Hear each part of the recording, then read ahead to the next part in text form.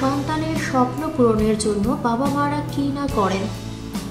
সাধ্যের মধ্যে তো বটেই, ছেলে মেয়ের মুখে হাসি ফোটাতে কখনো কখনো অসাধ্য সাধন করেন তারা। তেমনই এক বিরল উদাহরণ তৈরি করলেন পাকিস্তানের এক ব্যক্তি। ছেলের বহুদিনের ইচ্ছে সিংহের পিঠে চেপে বিয়ে করতে যাবে।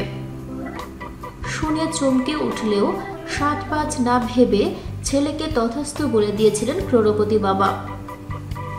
অবশেষে ইচ্ছে পূরণ হলো।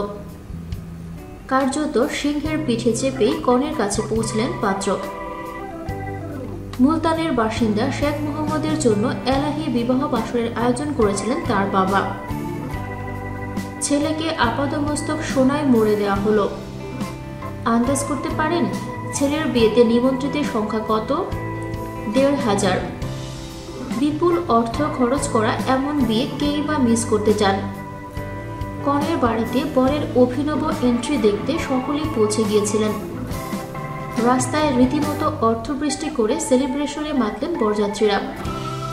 সঙ্গে তাঁদের নাচ গান তো ছিলই, কিন্তু এসব জৌলুসের মধ্যেও সকলের বিশেষ নজর ছিল একদিকে। না, পাত্র কেমন দেখতে তা নয়, বরং পাত্র কিভাবে সিংহের পিঠে চেপে বিবাহ আসরে যাচ্ছেন সেদিকে।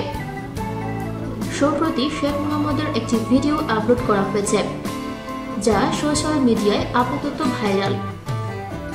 ভিডিওতে দেখা যাচ্ছে একটি গাড়ির উপর খাঁচার ভেতর ঘোরাফেরা করছে পশুরাজ, আর তার উপর চেয়ারে বসে রয়েছেন শেখ।